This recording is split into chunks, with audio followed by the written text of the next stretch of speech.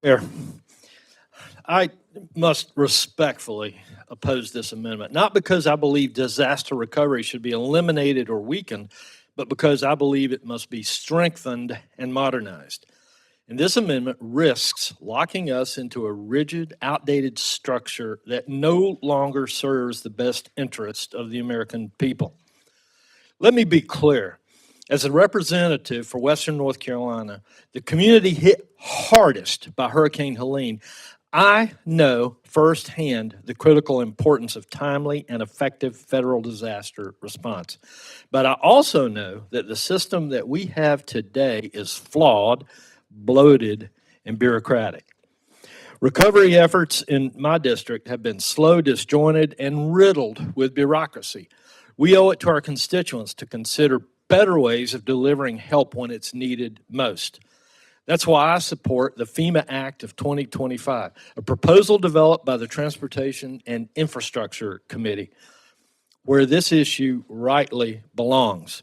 The FEMA Act doesn't eliminate disaster recovery, it reforms it. It proposes moving FEMA out of DHS to operate with more autonomy, flexibility, and focus.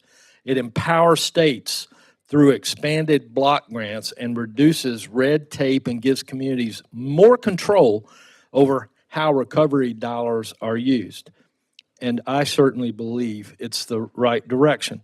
This amendment would preemptively tie the hands of Congress, just as we are beginning to evaluate those reforms. And we can't let one appropriations amendment short circuit the work of a committee in the middle of its deliberative process. That's just not good legislating. Whether it's FEMA or a future agency with a different name, I believe the federal government must provide disaster recovery services. But we should be open to how we do that, and we must make sure it works better for the people who need it most. America deserves a system that works, not just one that stays the same. And this amendment is protecting the bureaucracy and maintaining the status quo. I urge my colleagues to vote no on this amendment and let the authorizers finish their work.